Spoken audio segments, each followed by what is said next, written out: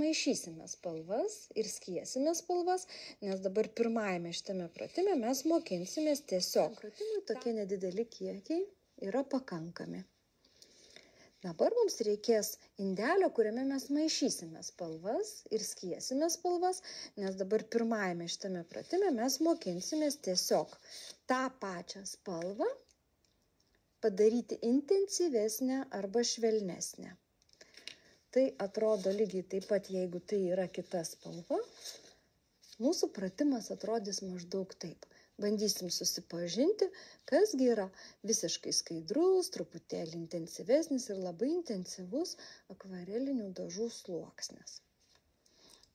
Taigi, aš su pipete įsilašinu vandens, bet jūs galite ir su šaukšteliu įsilašinti. Ir įsilašinkite 2 panašius kiekius, tarkim, po pusę treniruotės. O geriausia tiesiog kokį vieną lapą pasiėmus daug tokių pasidaryti, tai kol jūs iš karto 10 liežuvėlių nusilieti ir kol jūs padarysite 10 sluoksnių, pirmasis jau bus išdžiūvęs ir taip po truputį treniruosit savo lapeliu žemyn. Jokių būdų nedarau tokio, kad apsivedžiau iš karto teptuku ir jau nudažiau. Ne, išmokite, nes vėliau, kai didesnis darbelis bus, visai netiks ta strategija. Mums reikia išmokti iš lėto, su visų lašu važiuoti maždaug iki pusės.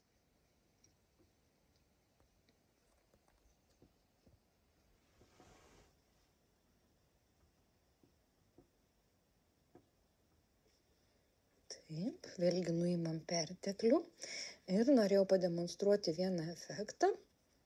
Kol dar šlapia ir apačioj mes žinom, kad yra violetinis sluoksnis, greitai mes turime iš servetėlės pasidaryti tokį kaip ir pieštuką ir su juo priglausti. Čia mes treniruojamės daryti ir debesėlius ir kai tik tai servetėlė jau nusispalvina tada kitų šonų.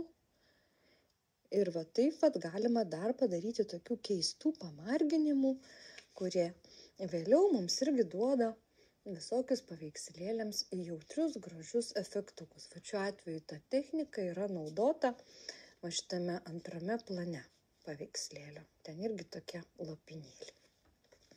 Arba lygiai taip pat, šitose bandimukuose ta technika buvo uždengta, dar ir žolytė papiešta ir tada pukšt padaryti tie lopinėliai. Žiūrėkit save, kad nekiltų įtampa. Neveskit savęs į tą, oi kaip čia aš dabar suspėsiu viską tą apipiešti, oi man čia viskas džiūva. Šitą meskit iš galvos, mėgaukitės, džiūva, tai džiūva. Ne ten uždarėt, tai ne ten, gal po to vėliau tai bus tikrai sėkmė, o ne praradimas.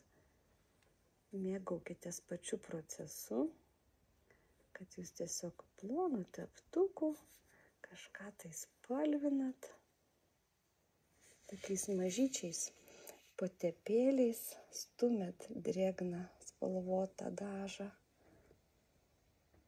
tarp nusipieštų objektėlių. Maišydamos spalvas, jausti, kuris spalva yra šalta. Ir perkant raudoną, bandykit vieną, perkat, aišku, geltoną, pavyzdžiui, ir raudoną. Ir pati tą raudoną, nusipirkit ją šaltą, geltoną ją šiltins. Ir tokiu būdu galėsite su raudona ir geltona spalva jau kurti tą efektą gylio. Ir aš tai šviesesnius lapelius dedu, tai intensyvesnius dedu ir tokiu būdu visas medžio vainikas pasidengia tokiais lapeliais.